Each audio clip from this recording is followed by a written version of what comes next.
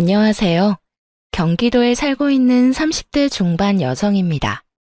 요즘 저는 아이가 크는 모습을 보는 행복으로 살고 있어요. 20대 때는 돈 주고도 살 수 없는 경험에 대해 잘 알지 못했거든요. 그런데 아이 낳고 키워보니 그 의미를 좀 알 것 같아요. 저는 단언컨대 제 인생에서 제일 잘한 일이 제 아들을 낳은 거라고 생각해요. 그래서 저는 소중한 아들을 지켜주기 위해 열심히 살고 있어요. 하지만 아이의 아빠라는 인간은 눈꽃만큼도 아이를 생각하지 않았죠. 사람들은 보통 이혼했다고 하면 꼭 아이가 있는지 물어보는 것 같아요. 저도 아이가 없을 때 이혼했어야지 라는 말을 참 많이 들어왔죠. 그런데 엄마가 되어보니까 아이가 곧 제가 살아야 할 이유가 됐어요. 아이 덕분에 저는 이혼하고 혼자가 아니라 둘이 되어 버틸 수 있었죠. 그런데 양육권이고 친권이고 다 필요 없다던 전 시댁과 전 남편이 뻔뻔하게도 얼마 전 제게 터무니없는 말을 하더군요. 제가 아이에게서 할머니랑 아빠를 뺏었다고 주장했죠. 나중에 아이가 자라고 그 인간이 늙어서 병들면 혹시나 아빠라고 찾아올까봐 벌써부터 겁도 나네요. 절대 그럴 만한 자격이 없는 사람이거든요. 제 사연 끝까지 들어주시고 과연 정말 전 남편 말대로 제가 잘못한 건지 구독자 여러분들의 현명한 조언 부탁드려요. 결혼 전에 남편은 말보다 행동하는 남자였어요. 젊은 시절 남자친구들처럼 허황된 사탕발림을 하는 것보다 어른스러웠고 적극적인 행동으로 저를 챙겨줬던 사람이었죠. 물론 사람이 한결같으면 좋겠지만 역시나 남편은 연애 시절에만 잘해주던 그저 그런 좋은 사람이었어요. 참 연애할 때는 간이고 쓸개고 다 내어줄 것 같았어요. 그의 관심은 오로지 저에게만 쏠려 있었죠. 자기 먹는 것보다 제 입에 들어가는 음식이 중요했고 언제나 제 건강을 신경 쓰는 사람이었어요. 제가 살집이 없는 편인데 비실거린다면서 복날에는 꼭 삼계탕집까지 저를 끌고 갔고요. 초복, 중복, 말복 빠짐없이 저희 엄마보다 남편은 저를 살뜰히 챙겼어요. 제가 어릴 때 아빠가 일찍 돌아가셔서 저한테는 엄마뿐이었거든요. 엄마는 남편이 연애 때 제게 잘하는 모습 보고 진심으로 좋아하셨어요. 그런데 남편은 몸보신해야 한다며 삼계탕은 꼭 먹이면서 말은 이상하게 무뚝뚝하게 하는 사람이었어요. 제가 음식을 남기면 그렇게 먹어서 어디 나중에 애는 잘 낳겠냐고 타박도 했죠. 퉁명스러운 말투이기는 했지만 언제나 그 안에는 저를 향한 걱정이 묻어났어요. 투박한 그 사랑 표현이 연애 때는 뭐 그리 따뜻하게 느껴졌는지 몰라요. 아무래도 제가 아빠가 안 계셔서 그 사람을 더 많이 의지하고 마음을 많이 줬던 것 같아요. 그런 성격이 마음에 들어서 결혼했는데 막상 결혼식 올리고부터는 저를 완전히 찬밥 신세 취급하더군요. 연애 때와 달리 복날이면 저는 땀을 뻘뻘 흘리며 남편과 시부가 먹을 삼계탕 열심히 끓였어요. 그동안 제가 많이 챙김받았으니까 이젠 아내로서 며느리로서 저도 잘 챙겨주고 싶었어요. 하지만 그 누구도 앉아서 먹어보란 말이 없더라고요. 남편과 시부모는 자기들끼리 개걸스럽게 삼계탕을 해치웠어요. 맛있게 잘 먹는 모습이 처음에는 보기 좋았죠. 하지만 제가 앉기도 전에 제 목까지 4마리를 다 먹는 바람에 결국 저는 죽만 먹었어요. 알고 보니 남편이 시부모님 줄 양이 한참 모자라다고 자기 몫이 아닌 제 몫까지 전부 나눠줬기 때문이었죠.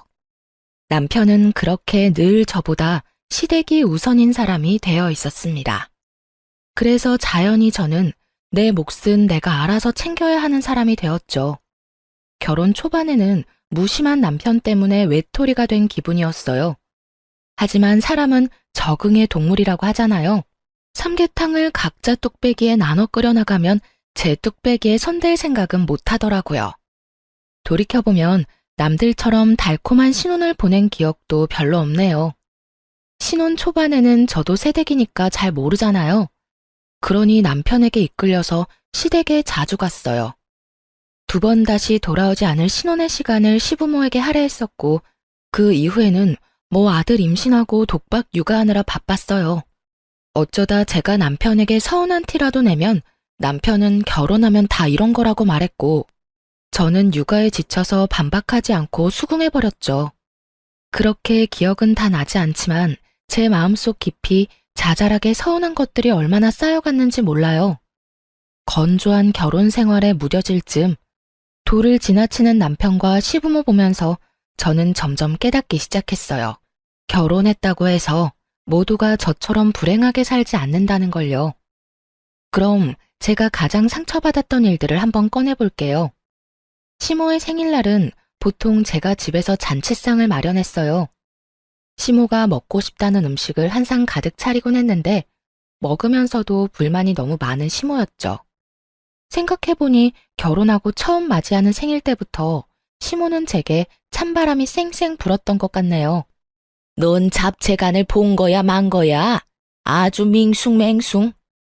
아, 어머님, 저 간장 넣는 거 깜빡했어요. 죄송해요.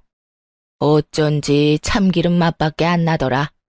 너는 말이야, 음식 만들면서 아주 대충대충 너무 정성이 없는 거 아니니? 어머님, 죄송해요. 제가 한꺼번에 이렇게 음식 여러 가지 해본 건 처음이라서요. 으이그, 웃는 얼굴에 침 못 뱉는다고 해실해실 웃으면 다지?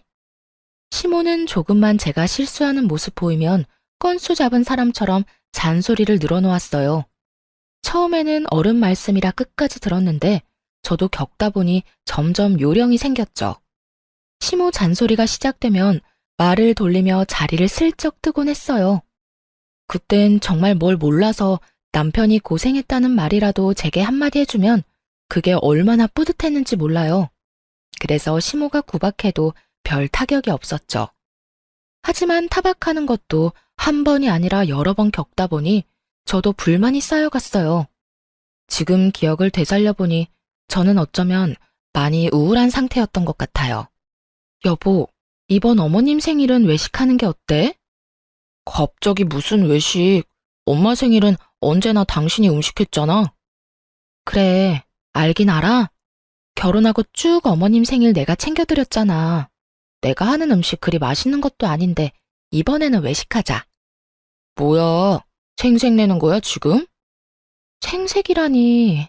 그런 게 아니라 어머님은 외식 안 하고 싶으시대? 아빠 생일에 외식했으니까 엄마 생일에는 집에서 상 차려드리는 게 낫지 않나? 매번 그래왔는데 갑자기 바꾸면 좀 그렇잖아. 그러지 말고 당신이 어머님한테 한번 물어봐. 이번에는 외식하는 건 어떻냐고 말이야. 어머님은 항상 먹고 맛있다는 말도 안 해주셔. 입맛에 안 맞는데 매년 내가 챙기는 것도 웃기잖아. 근데 그러고 보니까 결혼 전에는 어머님 생신 누가 챙겼어? 결혼 전에? 남자들만 있는데 엄마 생일 챙길 게 따로 있나? 딸 없는 집은 그런 거 안 해. 그냥 밖에서 외식이나 했지. 남편 말 들으니 조금 괘씸하더군요. 평생 생일 안 챙기다가 며느리 들였다고 그동안 엄청 부려먹은 듯한 느낌이 들었거든요. 그래서 저도 심술 한번 부려봤어요. 몰라. 난 이번에는 진짜 어머님 생일상 못 차리겠어. 뭐? 갑자기 당신 왜 그래? 엄마가 서운해할 건 생각 안 해? 나도 서운해. 여보, 생일이라는 건 서로 축하 인사 주고받고 다 같이 음식 나눠 먹으면서 즐거워야 하는 날이잖아. 그런데 아무리 내 생일은 아니라지만 항상 어머님 생일 때마다 나 혼자만 음식하랴 설거지하랴 동분서주하잖아. 밥도 제대로 못 먹고 굶는 건 알아? 그렇다고 해서 내가 노력한 만큼 칭찬받는 것도 아니고 말이야. 이 음식은 어떻고 저 음식은 어떻고 어머님은 항상 혼내기만 하셨어. 그러니까 올해는 나 진짜 안 하고 싶어. 아니 그리고 입맛에 안 맞는데 왜 굳이 내가 차리는 생일상을 고집해? 입맛에 좀 안 맞더라도 생일상 받으면서 분위기 내는 거지. 넌 1년에 한 번뿐인 날인데 꼭 그렇게 말하고 싶냐? 아빠 생일까지 챙기면 몰라. 엄마 생일만 그렇게 하는 거잖아. 말을 그렇게 한다고? 그럼 당신은 우리 엄마 생일 때 뭐 했는데? 내가 치사해서 진짜 이 말까지는 안 하려고 했는데 우리 엄마 생일 때는 현금 드리는 거 말고 한 게 없잖아. 아이씨, 그래 해. 외식으로 해. 그리고 남자랑 여자랑 같아? 며느리랑 사위가 같냐고. 남편은 자기가 불리할 때면 그렇게 꼭 큰 소리 쳤어요. 결혼 전에는 전혀 드러내지 않았던 가부장적인 면모를 한껏 드러냈죠. 그럼 뭐 식당은 내가 알아볼까? 됐어. 내가 알아볼 테니까 당신은 신경 꺼. 비록 남편이 제 서운함은 알아주지 않았지만 항상 칭찬은 못 받고 욕만 먹는 시모의 생일상을 더 이상 안 차려도 돼서 너무 기뻤어요. 그래서인지 남편의 신경 끄라는 말도 기분이 하나도 나쁘지 않았죠. 그렇게 시모 생일이 다가왔고 남편은 정말 비싼 고급 한우집을 예약했더라고요. 남편이 비록 제게는 툴툴거렸지만 시모에겐 제가 더 이상 욕먹지 않도록 준비를 단단히 한 줄 알았어요. 제가 차린 생일상 대신 남편이 비싸고 맛있는 소고기를 쏘는 거구나 싶었죠. 그땐 바보같이 왜 남편을 그렇게 좋게 바라보려고 무진장 애썼는지 모르겠어요. 결혼하고 그런 식당을 가본 적이 손에 꼽혔어서 저는 괜히 설렜어요. 시부모와 점심 약속을 했었기에 당연히 유치원에 있는 아들을 일찍 데리러 갈 줄 알았어요. 그런데 남편은 싫다고 정색을 하더군요. 시모 생일 기념자리니까 당연히 손주가 있는 게 맞잖아요. 훈이 지금 딱 데리러 가면 되겠다. 훈이는 왜? 왜긴 왜야. 할머니 생일이잖아. 설마 데리고 갈 생각 아니었어? 굳이? 그냥 우리끼리 먹으면 되잖아. 아니, 어머님 생신인데 하나뿐인 손주 있으면 더 좋잖아. 아, 번거롭게 뭐하러 그래. 우리 엄마는 아들인 나만 있으면 돼. 알겠어. 솔직히 말해서 제가 아들 소고기를 먹을 기회라고 데리러 가자는 게 아니라 시부모님이 손주 보고 싶어 할까봐 데리고 가자는 거잖아요. 남편이 너무 정색하니 민망하고 묘한 기분이 들었어요. 아들 유치원까지 데리러 가는 게 귀찮은 건지 아니면 식당에서 아이가 밥 투정 부릴까봐 그러는 건지 남편의 마음을 알 수 없었죠. 그냥 저녁에 아이 맛있는 밥 해줘야지 생각하고 말았어요. 그런데 식당 가서 남편이 제게 이렇게 귓속말을 하더라고요. 엄마 생일이니까 우리는 맛만 보자. 아무래도 여기 가격이 좀 있잖아. 4명 다 먹으면 감당 못해. 그래. 남편은 중소기업을 다니는 일반 회사원이었고 저는 카페 운영하고 있는 평범한 부부였어요. 부부 수입이 모자라서 막 허덕이는 것도 아니었지만 거기가 워낙 비싼 식당이니 그렇게 말할 수 있다 생각했어요. 하지만 저는 입이 짧아서 엄청 많이 먹는 것도 아닌데 한편으로는 내가 먹으면 얼마나 먹는다고 그러지 싶었어요. 그래도 그냥 좋은 게 좋은 거라고 그날은 시모만 맛있게 잘 먹으면 된다 생각했어요. 남편이 시킨 화려한 부위별 소고기가 나오고 직원이 굽고 있는데 시모는 또 잊지 않고 제게 잔소리하더군요. 만나서 꼭 저를 한 번은 혼내야 성이 차는지 언제나 그냥 넘어가는 법이 없었죠. 아들, 넌 어쩜 결혼 후에 더 수척해 보인다. 예, 너 우리 아들 밥 잘 안 해 먹이니? 결혼하고 얼굴 멀쩡한 꼴을 못 봤다. 가장의 얼굴이 이렇게 푸석해도 되겠니? 아니요. 남편 삼시세끼 너무 잘해 먹이고 있는걸요? 요즘 야근하느라 얼굴은 조금 수척해 보이긴 하는데 저 사람 살은 결혼 전보다 더 쪘어요, 어머님. 그러니까 너무 걱정 마세요. 저희는 맞벌이 부부인데 시모 눈에는 언제나 자기 아들만 가장으로 보였나 봐요. 자기 아들 몸집에 반도 안 되는 며느리는 하나도 걱정 안 되냐고 시모에게 묻고 싶어서 입이 근질근질했어요. 으이그, 너무 나물 반찬만 하지 말고 밥상에 고기도 올리고 해야 한다. 닭고기나 돼지 말고 이런 좋은 소고기 같은 것들 말이다. 그럼요. 그리고 이 사람 고기 없으면 밥도 잘 안 먹어요. 훈이는 아빠랑 다르게 고기 없어도 밥 잘 먹는데 말이죠. 어쩜 입맛도 다르고 얼굴 생김새도 그렇고 훈이 걔는 클수록 영 내 아들을 안 닮았니? 네? 뭐 내 아들 안 닮았으면 널 많이 닮은 거겠지. 저는 시모가 헛소리해도 생일이고 좋은 날이라서 그냥 참았어요. 게다가 결혼하고 몇 년 만에 시모 생일상에서 해방된 기념일이었고요. 그런데 시모는 생일상 안 차렸다고 속으로 저를 벼르고 있었나 봐요. 직원이 잘 구운 소고기 부위별로 하나씩 접시에 올려주자 시모가 기다렸다는 듯이 제 접시에 놓인 고기까지 홀랑 가져갔거든요. 우리 며느리는 채식주의자라 고기 잘 안 먹어요. 그러고는 남편 접시에 제 고기를 올려주더라고요. 제가 더 놀랐던 건 시모의 몰상식한 행동을 모른 척하며 좋다고 맛있게 먹는 남편이었어요. 엄마, 정말 맛있어요. 어서 드세요. 나 챙기지 말고요. 으이그, 엄마가 안 챙기면 누가 널 챙겨. 얼른 먹어 우리 예쁜 아들. 저는 그 광경을 보고 입맛이 뚝 떨어졌습니다. 그런 황당한 경우는 처음 겪어서 잠깐 넋이 나가 있었죠. 소고기를 그렇게나 많이 주문했는데 제가 고기 한 점 먹는 게 그렇게나 아까웠을까요? 아니면 생일상 안 차렸다고 벌이라도 주고 싶었던 걸까요? 그런데 시부도 다 봤으면서 역시 본인 식사에 집중하느라 앞에서 뭔 일이 일어나도 상관없어 보였어요. 시모가 그러면 시부라도 나설 법한데 제 편이 없는 게 너무 어이없고 서러웠죠. 오죽하면 고기 구워주는 직원이 저를 챙겨주더라고요. 사모님도 좀 드세요. 입맛 없으시더라도 잘 챙겨 드셔야죠. 감사합니다. 저는 괜찮아요. 채식주의자라서요. 당연히 저는 채식주의자가 아니에요. 일부러 남편과 시모 들으라고 크게 얘기했는데 저는 투명인간 된 듯 저 빼고 즐거운 식사 분위기였어요. 네, 저도 손이 있으니까 소고기 그냥 제가 집어서 먹으면 돼요. 하지만 손이 부들부들 떨려서 그냥 가만히 있고 말았죠. 이미 그때부터 남편과 이혼하고 아이를 혼자 키우는 상상까지 하고 있었네요. 결국 저 빼고 남편과 시부모만 배부르게 먹고 저는 무표정으로 자리만 지켰네요. 그땐 남편과 시모 앞에서 1인 시위하는 기분으로 자리를 지켰어요.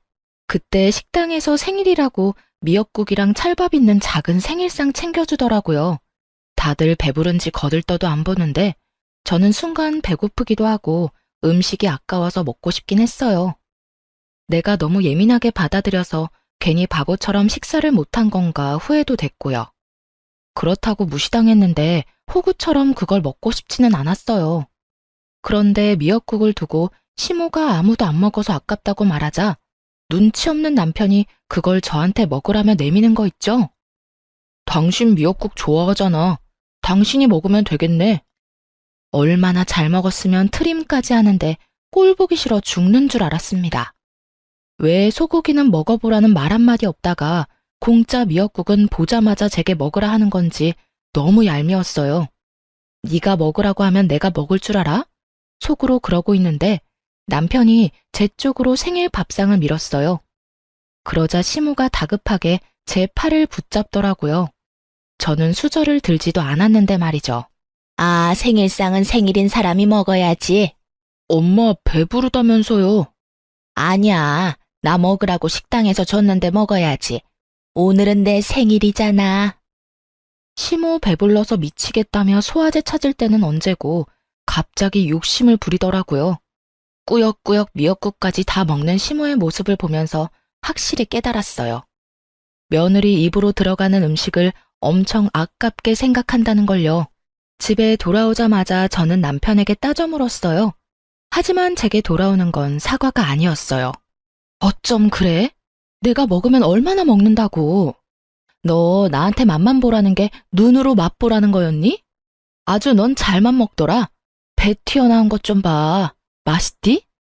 그리고 내가 언제부터 채식주의자라고 거짓말까지 쳐? 야, 내가 언제 먹지 말랬어? 난 그런 말은 한 적 없잖아. 네가 괜히 엄마 눈치 보느라 안 먹은 걸 왜 내 탓해? 그러길래 그냥 집에서 생일상 차려드렸으면 좋았잖아. 그럼 엄마도 심술 안 부렸을 테고. 그리고 내가 우리 집 유일한 외동아들인데 엄마가 먹으라고 하면 먹을 수밖에 없지. 그래, 당신 어머님이 심술 부리는 거 알면서도 가만히 있었네. 야, 나도 우리 집 귀한 외동딸이야. 그럴 거면 날 왜 데리고 갔어? 내가 무슨 너네 식구들 밥 먹을 때 세워두는 병풍이야? 당신 설마 돈 아까워서 우리 훈이도 안 데려간 거 아니지? 유치원생이 먹으면 얼마나 먹는다고 말이야. 당황해서 얼굴 벌개지는 남편 보고 제 추측이 맞았다고 생각했어요. 열받아서 그대로 남편 카드만 들고 집을 뛰쳐나왔죠. 이혼할 때는 하더라도 분해서 못 참겠더라고요. 아들 하원시키면서 더 비싼 소고기 집에 찾아갔어요. 남편 카드 시원하게 긁으니까 1분 만에 전화가 왔죠. 오늘 돈도 많이 썼는데 또 썼냐며 저를 타박하더군요. 그러니까 나랑 우리 아들이 애초에 먹으면 얼마나 먹겠어? 처음부터 식당에서 같이 잘 먹었으면 되는 거였잖아. 어떻게 사람을 먹는 걸로 그렇게 서럽게 해? 당신도 어머님도 아버님도 어쩜 아무리 어머님 생신이고 주인공 따로 있다지만 난 정말 나만 한 식구 아닌 줄 알았어. 내가 미안해. 그렇게 서운해할 거라고 생각 못했어. 이혼 이야기가 목구멍까지 차올랐는데 해맑은 아이 얼굴 보니까 쑥 들어가더라고요. 아빠 없이 잘 키울 수 있을까? 그때는 확신이 없었거든요. 시원하게 이혼하자는 말은 못 뱉었지만 열받아서 남편이랑은 밥을 따로 먹기 시작했죠. 그들이 그랬던 것처럼 저도 제 아들 밥만 살뜰히 챙겼어요.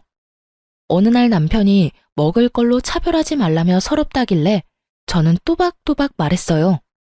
어머님한테 보고 배웠는데 왜? 뭐 문제 있어? 뭐? 당신은 어머님한테 가서 밥 먹으면 되잖아. 나도 어머님처럼 내 아들만 챙길 거야. 그제서야 미안하다고 싹싹 빌더라고요. 자기가 2번 다신 그런 일 없게 한다고요. 각서를 쓰라고 시켰는데 정말 쓰고 있길래 저는 딱 1번만 참기로 했어요. 그렇게 몇 달을 시댁과도 일절 교류를 안 했어요. 주말에 밥 먹으러 가자는 시모의 연락도 여러 번 무시했고요. 그런데 남편이 정말 시모에게 한마디 했는지 시모에게서 미안하다고 연락이 왔더라고요. 내가 저번에 좀 심했지? 미안하다. 어머님, 저 채식주의자 아니에요. 알지, 알어. 그래서 내가 너 해주려고 갈비찜 잔뜩 재워놨거든. 마음 풀고 먹으러 와, 응? 갈비찜 때문에 시댁에 간 거는 아니었고 이혼하지 않는 이상 얼굴 보고 살아야 하니까 응어리는 풀자 하는 마음으로 갔어요. 시모가 막상 저를 마주하면 또 늘 하던 것처럼 잔소리하며 눈치라도 줄 줄 알았는데 엄청 조용하더군요. 남편에게 확실히 뭘 듣기는 들었는지 시모는 저뿐만 아니라 손주까지 엄청 챙겼어요. 이것저것 먹어보라며 시모가 제게 반찬 들이미는데 결혼 전에 저를 반겼던 모습이 생각나서 마음이 이상했어요. 그 덕에 미움보다 좀 잘 지내고 싶은 마음이 커졌죠. 그날 정말 잘 먹고 집에 돌아가려는데 시모가 갈비찜 너무 많이 재웠다고 친정에 갖다 주라고까지 하더라고요. 사돈이 매운 거 좋아했던 것 같은데 맞지? 특별히 여기에는 청양고추 엄청 넣었어. 고맙습니다. 어머님, 오늘 정말 잘 먹었어요. 엄마한테도 잘 전달해드릴게요. 하지만 나중에 가서야 갈비찜의 비밀을 알게 됐어요. 저와 화해하려고 혹은 제가 예뻐서 챙겨주는 갈비찜이 아니었죠. 자기야, 가면서 땡땡 베이커리 좀 들리자. 엄마가 좋아하는 빵집이거든. 갈비찜 가져가는데 뭐하러 또 빵을 사가? 아니, 갈비찜은 어머님이 챙겨주신 거고 내가 엄마 사드리고 싶어서 그래. 요즘 밀가루값 엄청 올랐잖아. 빵값도 만만치 않은데? 뭐야, 아깝다는 거야? 아니, 내 돈으로 사는데 왜 그래? 기왕 가는 거 들리자고. 알겠어. 그런데 밀가루 값도 값이지만 이번에 장모님 아파트 값도 정말 많이 올랐더라. 뭐? 뉴스 못 봤어? 그쪽 동네 다 올랐다고 뉴스 떠서 내가 검색해 봤었거든. 그래? 엄마가 말 안 해서 몰랐어. 아무리 뉴스가 떴다지만 처갓집 아파트 시세를 몰래 검색해 봤다는 게 참 정 떨어지더라고요. 사실 그 전에 밀가루값 얘기할 때부터 신경이 거슬렸죠. 그럼 갈비찜 갖다 드리면서 아파트 값이 얼마나 올랐는지 장모님한테 물어봐. 아무리 모녀지간이라도 다 말할 수는 없어. 아, 그러니까 갈비찜 드리면서 자연스럽게 물어봐야지. 뭐래? 근데 당신 장모님 집 비밀번호는 알아? 요즘은 본가 비밀번호도 모르는 사람 많더라. 그런데 미리미리 그런 것도 알아놔야 해. 오늘 가면서 장모님 집 비밀번호도 체크해보자. 장모님 명의로 돼 있기는 하지만 결국 당신 거잖아. 가만히 있어봐. 비밀번호는 당신만 알고 있을 게 아니라 사위인 나도 알고 있어야 하겠네. 딸이랑 공유하는 것도 이해가 안 가는데 사위인 당신이 왜 장모님 집 비밀번호를 알려고 해? 그야, 우리 결혼했으니까 한 가족이잖아. 당신 설마 나 의심해? 아니, 의심이고 뭐고 너무 이상하잖아. 아니, 장모님 연세도 있는데 혹시 모르잖아. 도어락뿐만 아니라 이참에 장모님 통장 비밀번호도 미리미리 체크해둬. 요즘 돌연사나 교통사고도 많은데 갑자기 훅 가시면 어떡해? 남편의 말을 듣다 보니 어처구니가 없었어요. 저 말들이 저만 이상하게 느껴지나요?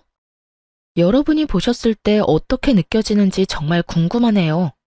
저는 남편의 말에 참지 못하고 꽥 소리를 지르고 말았어요. 당신 미쳤어? 재수없는 말을 뭐 그렇게 아무렇지 않게 내뱉어? 깜짝이야. 왜 소리를 지르고 난리야? 뭐가? 그리고 우리 엄마 아파트가 왜 내 아파트야? 그거 우리 엄마 거야. 내가 가질 생각 전혀 없거든? 아, 그럼 당신 논리대로 나는 어머님 아버님한테 현관 비밀번호랑 통장 비밀번호 다 공유해달라고 하면 되는 거지? 뭐? 당신이 알아서 뭐하게? 그러니까 내 말이 딱 그거야. 네가 우리 엄마 비밀번호는 알아서 뭐하게? 아니, 장모님은 혼자시잖아. 친정 가는 길 내내 문홀리의 남편과 말싸움을 하느라 신경이 곤두섰죠. 친정엔 저 혼자 들어가서 갈비찜만 갖다 주고 바로 내려오려고 했거든요. 근데 남편은 치사하게 시모가 챙겨준 갈비찜을 꼭 자신이 드릴 거라며 쫓아오더라고요.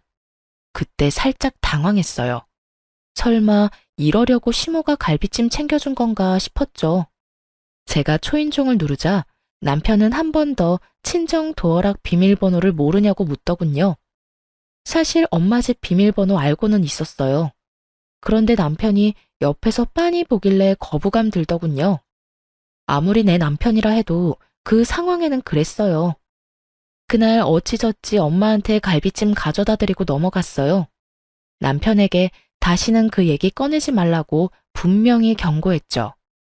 그런데 남편은 계속해서 정신 못 차리고 결국 선을 제대로 넘더라고요. 장모님 갈비찜은 잘 드셨을라나? 맞다. 엄마가 잘 먹었다고 전해달랬는데 깜빡했어. 통 가져가라고 연락 왔었는데 일이 바빠서 답장을 못했네. 내가 가지러 갈까? 당신이? 왜? 나 퇴근하는 방향이 어차피 같잖아. 그럼 그래줄래? 엄마한테 내가 미리 전화해 놓을게. 아니야, 내가 들릴 때 전화 드리지 뭐. 아무 생각 없이 남편한테 맡겼는데 일이 터지고야 말았어요. 수진아, 그게 정말 네 생각이니? 어? 엄마 뭐가? 남편은 몸이 안 좋아서 다음에 오라는 엄마 말을 듣지 않고 걱정된다고 굳이 집에 찾아온다고 했대요. 그러더니 편하게 누워 계시라고 엄마한테 집 비밀번호를 문자로 넣어달라고 했다네요. 엄마는 직접 열어주겠다고 편하게 벨 누르라고 말했는데 남편은 그럴 필요 없다고 계속 비밀번호를 달라고 고집을 피웠대요. 아무리 사위라지만 엄마도 느낌이 좋지는 않았나 봐요. 엄마가 끝까지 비밀번호 안 알려주셨는데 남편은 벼랑간 시모랑 같이 나타났다고 하네요. 시모는 지나가다가 아들 차 얻어 탔는데 그 김에 사돈한테 인사하러 왔다고 말했고요. 시모는 엄마가 괜찮다고 거절했는데 부담스럽게 죽까지 끓여준다며 안방에 누워있으라 했대요. 그런데 엄마가 안방에 누워있는데 밖에서 계속 찰칵찰칵 사진 찍는 소리가 계속 들리더래요. 슬쩍 나가보니까 남편이 말도 없이 친정집 내부를 찍고 있었던 거예요. 아니 자네 지금 뭐 하나? 장모님 별거 아니니까 신경 쓰지 마시고 방에서 쉬고 계세요. 어머, 내 집 사진을 찍는데 내가 신경을 어떻게 안 쓰나? 그냥 부동산에 문의하려고 찍는 거예요. 무슨 문의를? 남편과 시모는 그때부터 몸도 좋지 않은 엄마를 앉혀놓고 말 같지도 않은 말을 했더라고요. 지금 최고점일 때 아파트 팔고 하나뿐인 외동딸 서포트 하라고요. 친정아빠도 안 계시는데 믿을 구석이라곤 엄마밖에 없지 않냐면서요. 그러곤 친정엄마께 미리 죽을 날 받아놓은 사람 대하듯 어느 은행에 돈이 얼마나 들어있는지 은행별로 비밀번호도 다 정리해서 제게 다 알려주라 했다네요. 둘이서 아주 작정한 듯 엄마의 혼을 쏙 빠뜨려 놓고 가버린 거죠. 그것뿐인 줄 아니? 한서방이 나한테 깔끔한 신축으로 월세방 얻어주겠대. 아파트 시세 올랐을 때 팔라는데 어찌나 불편한지 모르겠더라. 내가 멀쩡한 내 집 두고 갑자기 어딜 가니? 사돈도 합세해서 다 딸 위한 거라 하는데 너 정말 엄마가 아파트 팔았으면 좋겠어? 요즘 너희 생활 어렵니? 내가 모르는 무슨 일이라도 있는 거야? 엄마 그거 절대로 내 생각 아니야. 내가 지금 집으로 갈게요. 이게 무슨 일이라니. 갑자기 들이닥쳐서는. 통화하는 내내 친정엄마는 갑작스런 상황에 놀라고 속상해서 우셨어요. 저는 남편에 이어 시모까지 왜 자꾸 M1 엄마 아파트에 눈독을 들이는지 정말 환장하겠더라고요. 급하게 아이를 데리고 친정에 갔어요. 그런데 어린 제 아들이 엄마 집 문 앞에서 하는 말에 저는 그만 다리에 힘이 풀려서 주저앉고 말았어요. 엄마, 할머니가 꼭 비밀번호 외워오랬어. 숫자 놀이 한다고 했어. 어? 푸나, 혹시 어떤 할머니? 아빠 할머니가. 엄마 할머니 비밀번호 가르쳐 달랬어. 저희 아이는 아직 어려서 외할머니를 엄마 할머니라 불렀고 친할머니를 아빠 할머니라고 불렀어요. 무슨 속셈인지는 몰라도 시모가 어린 손주한테 외할머니 집 비밀번호를 외워오라고 시킨 거예요. 그때부터 눈앞에 보이는 게 없어지더라고요. 집주인이 멀쩡히 있는데 몰래 사진까지 찍고 그놈의 현관 비밀번호 알아내서 뭐 어쩌려고 그렇게까지 하는 건지 도대체 무슨 짓을 벌이려고 그러는지 소름이 끼치기 시작했죠. 시모에게 전화를 걸어서 따지니 시모는 태연한 목소리로 말했어요.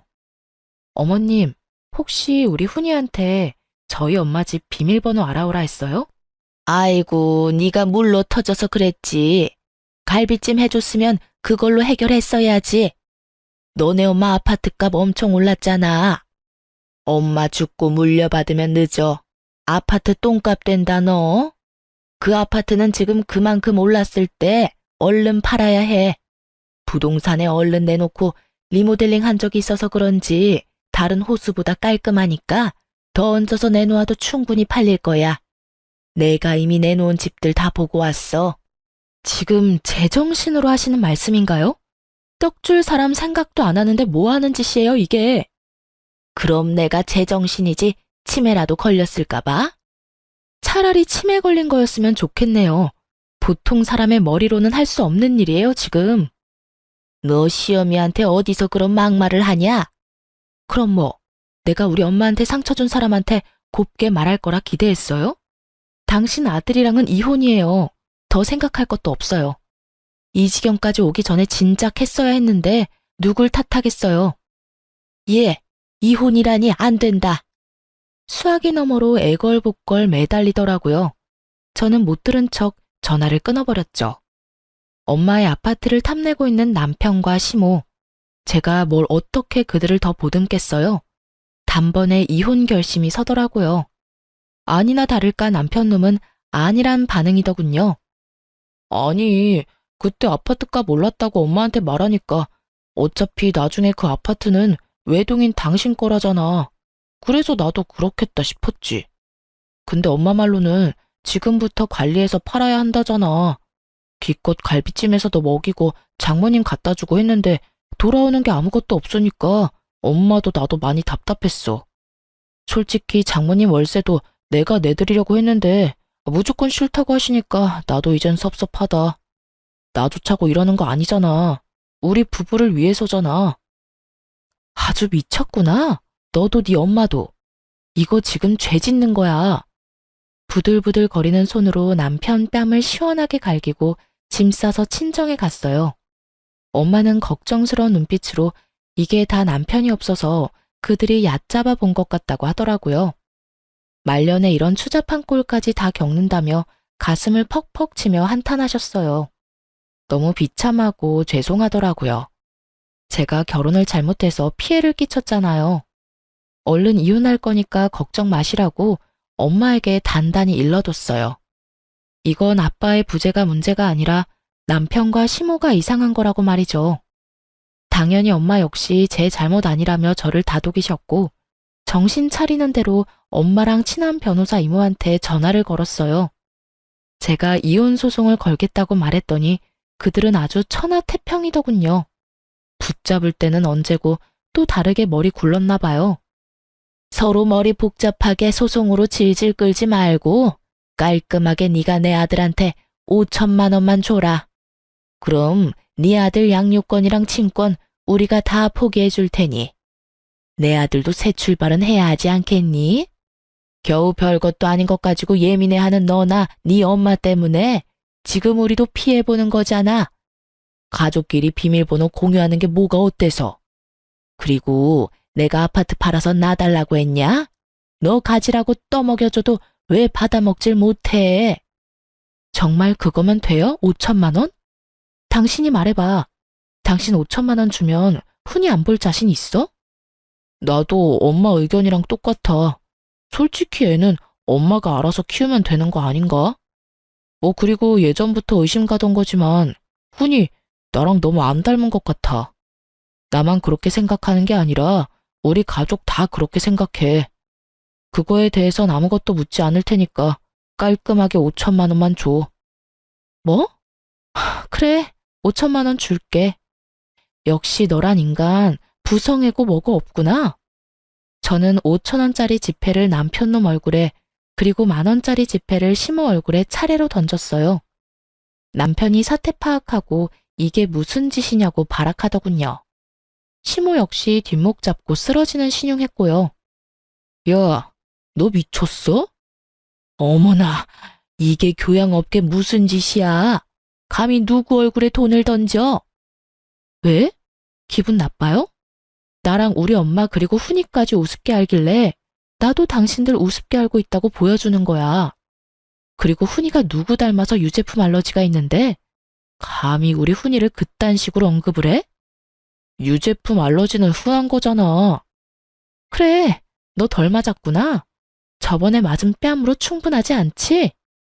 저는 친자검사 해봐야겠다며 남편에게 머리털 내놓으라고 머리채를 붙잡고 마구 흔들어줬어요.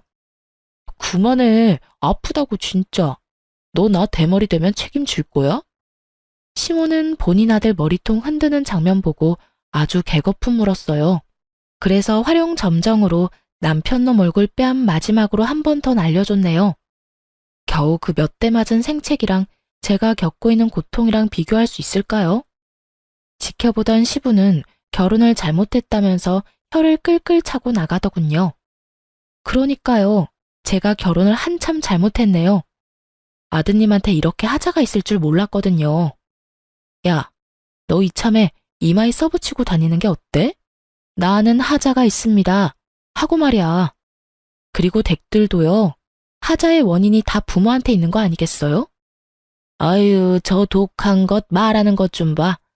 예, 친정 재산 좀 나눠 가지면 어디 덧나냐? 꼭 그렇게 못되게 굴어야겠어? 어차피 늙은 친정엄마 나중에 아프면 딸이 모셔야 할 거고 그때 되면 내 아들이 장모님 뒷바라지 다 할 텐데 말이다. 도대체 넌 왜 이렇게까지 발작하는 건지 도무지 이해가 안 돼서 그래. 아니 아파트 비쌀 때 팔아서 이익 남기면 너도 좋고 너희 엄마도 좋은 거잖아. 그건 우리 엄마가 알아서 하실 일이고요. 왜 당신들 뱃속 채울 궁리를 우리 엄마 아파트로 하냐고요.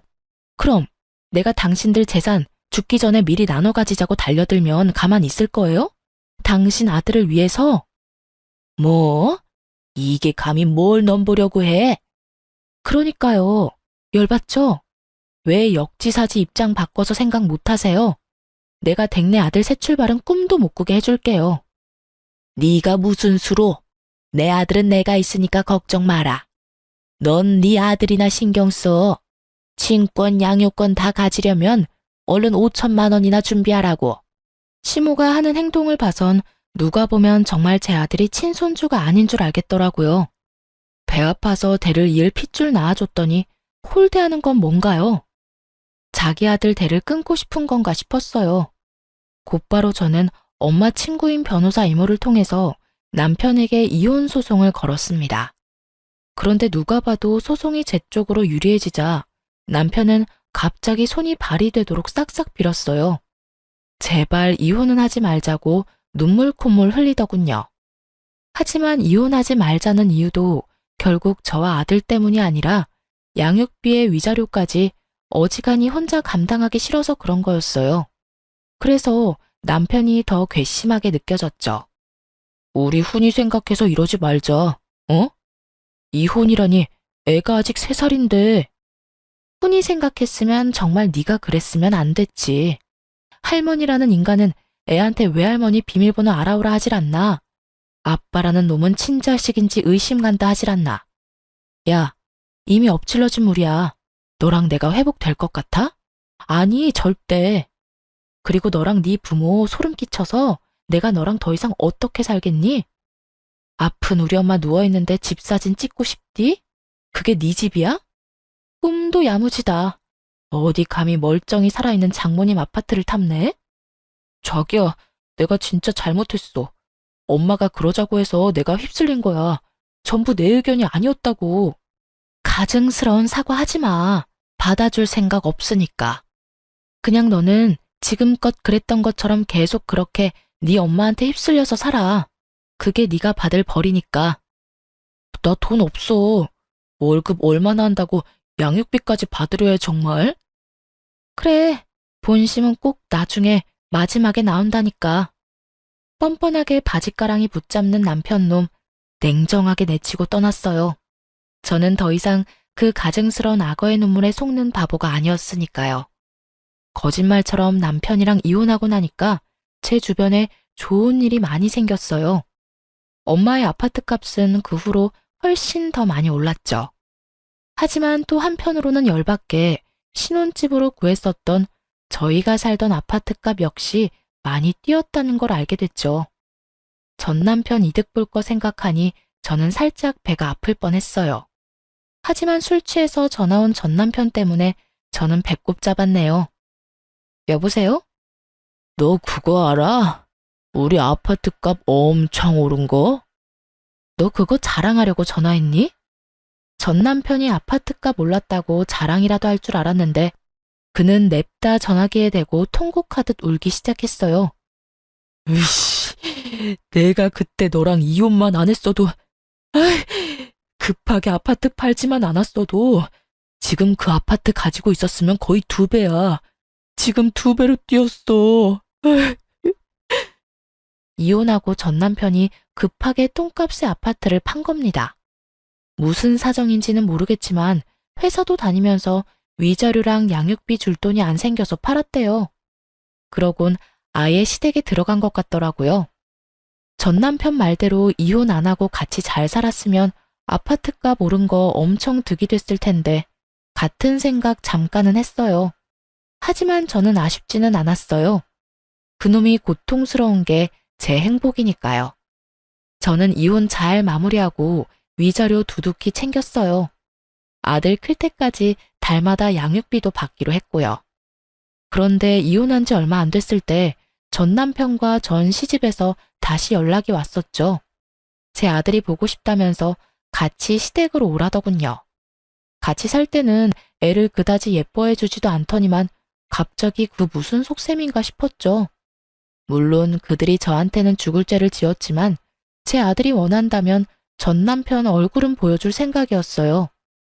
아들에게까지 제가 겪은 일 다 말하면서 그들이 너한테 그랬다 할 생각은 없었으니까요. 하지만 제 아들 보고 싶다는 핑계로 만나놓고 전 남편은 저보고 돈을 빌려달라고 하더군요. 그 이후로 당연히 아들 얼굴 안 보여줬어요. 친정엄마 아파트 탐내고 내내 제게 맡겨놓은 듯 5천만 원 달라는 전 시모의 말이 찜찜했었는데 뒤늦게 그 내막을 알게 됐어요. 지금껏 조용했던 전 시부가 사고를 친 거였더군요.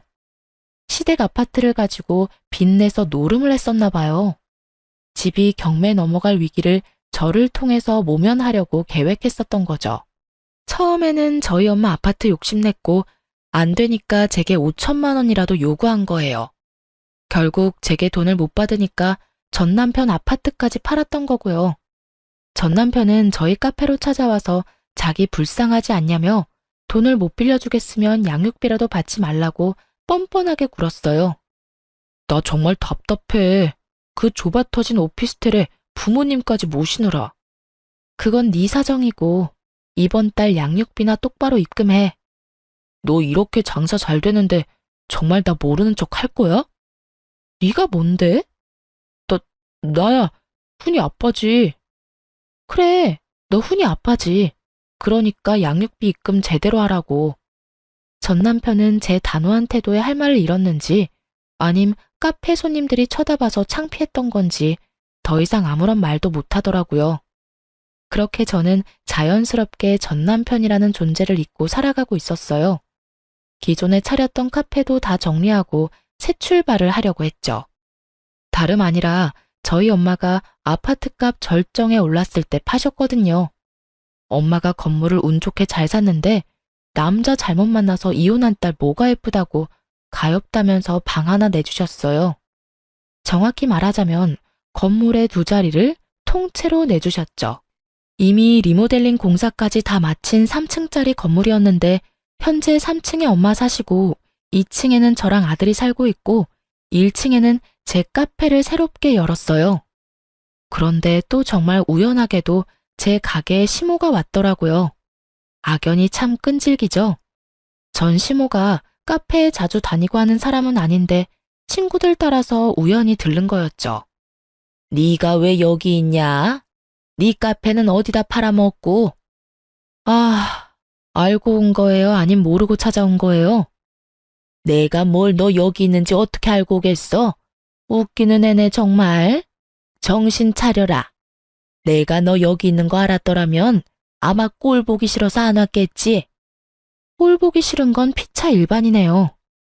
여기 사장은 어딨냐? 너 손님한테 이딴 식으로 해도 돼? 난 네 카페 사라졌길래 어디서 뭘 하나 싶었는데 일이 잘 안 풀리나 보지? 하긴 요즘 땅값이며 월세가 많이 올랐으니까 여기서는 뭐 알바하는 거니? 내 아들 인생 망치더니 잘된 꼴이다. 전 시모는 제가 무슨 대답도 꺼내기 전에 혼자 신나서 상상의 나래를 펼치더군요. 얘들아, 와서 내 며느리 꼴 좀 봐라. 이혼하고 카페 쫄딱 망해서 여기서 알바나 하고 있네. 게다가 전 시모는 자기 친구들이랑 왔는지 갑자기 친구들을 제 앞으로 불러 모아서 대놓고 제 흉을 보기 시작했죠. 그때 알바생이 사장님이라고 부르자 전 시모는 용케 다시 카페 열었냐고 비웃었어요. 그래봤자 다 은행빚 아니냐고요. 그래서 제발 정신 차리라고 한마디 해줬어요. 원래 하던 카페는 월세라서 그냥 정리했죠. 여기는 저희 엄마 건물이에요. 하나뿐인 딸이라서 월세도 안 받겠다고 하시네요. 아휴, 어쩌죠? 저는 누구처럼 인생 망하지 않고 이렇게 카페도 새로 열고 누구보다 잘 살고 있네요. 뭐? 여기가 정말 아니, 너네 엄마 건물이라고? 아, 엄마 아파트 값이 그 이후로 더 올랐거든요. 나중에 엄마가 이 건물 통째로 물려주신다는데 덕분에 저 건물주 되게 생겼잖아요. 근데 전 남편 통해서 들었는데 남편분이 사고 거하게 쳤다면서요? 집은 경매 넘어갔는데 아직 카페 오고 그럴 여유가 남아있으신가 봐요? 그 자식은 그걸 또 왜 말을 해서? 어머 순자야, 너 집 경매 넘어갔어? 어머, 그럴 리가 있니? 나 급한 일이 생겨서 먼저 가볼게. 꽤 치장하고 나타났길래 집안 사정 괜찮아진 줄 알았더니 그것도 아니었나 봐요. 창피한 건 아는지 자기 친구들 두고 쌩하고 도망가더라고요. 그 친구들은 괜히 제게 궁금한 게 많은지 이것저것 물었어요. 저는 뭐 아무리 악연이라지만 제 입을 또 굳이 더럽히기 싫어서 그냥 몇 가지만 대답해주고 입 다물었네요. 그랬더니 그냥 그 사람들도 더 이상 묻지 않고 제게 고생 많았다며 음료랑 빵을 잔뜩 팔아주고 갔어요. 아니나 다를까 전 남편에게서 연락이 왔어요. 솔직히 먼저 연락 올 거라고 예상은 했어요. 그는 양육권이랑 친권 5천만 원에 포기한다고 다 필요 없다 해놓고 갑자기 태세 전환을 했죠. 그리고 엄마 건물이라고 밝힌 이유 저도 나름대로 있었답니다. 장모님 건물 샀다며? 뭐? 그럴 거였으면 이혼 사유가 전혀 맞지 않잖아. 장모님도 다 내 탓해놓고 결국 아파트 팔 생각이었던 거지. 네가 괜히 예민해서 훈이한테서 아빠랑 친할머니, 친할아버지를 뺏은 거야. 뭐라는 거야? 먼저 양육권 친권 타령하면서 5천만 원 들먹인 게 누구더라? 됐고, 이제 나도 훈이 아빠 자리를 다시 되찾을 거야. 나도 내 권리를 찾아야지. 권리라. 당신 훈이 아빠로서 자격을 찾고 싶은 거야? 아님 우리 엄마 건물이 또 탐나서 그러는 거야? 뭐, 난 너만 좋다면 재결합 생각하고 있어. 훈이 생각해서라도 그게 좋은 거니까. 미친놈. 뭐? 너 양육비 4개월이나 밀렸어. 번호 바꾸고 잠수 타더니 이제서야 연락이 되네? 알지? 계속 밀어봐 어디. 여보. 여보 같은 소리 한다. 야, 네가 정말 훈이 생각한다면 돈 열심히 벌어서 양육비 보내면 되는 거야. 알겠니?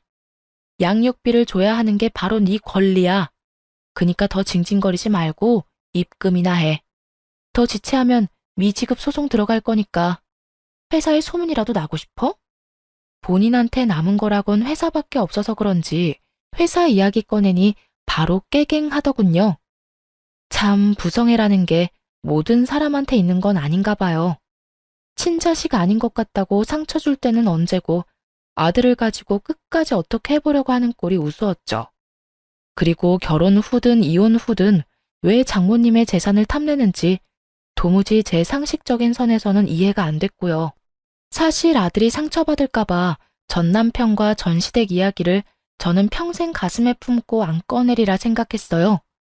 하지만 아들이 컸을 때 혹시라도 그들에 의해 피해보지 않게끔 이젠 잘 정리해서 설명해주는 게 필요하겠다 싶어요. 왜 그런 사람들 많잖아요. 자식 낳아놓고 나 몰라라 하더니 자식 혼자 올바르게 다 크면 부모랍시고 나중에 찾아와서 생색내면서 자식 괴롭히는 사람들이요. 전 남편이 딱 그럴 것 같았어요. 저는 이 이혼 끝에 얻은 교훈이 하나 있어요. 분수도 모르고 남의 것을 탐내지 말자. 분수에 맞게 살자가 제 모토가 됐죠. 앞으로도 제 분수에 맞게 잘 살도록 할게요. 지금까지 긴 사연 들어주셔서 감사합니다. 좋은 하루 되세요.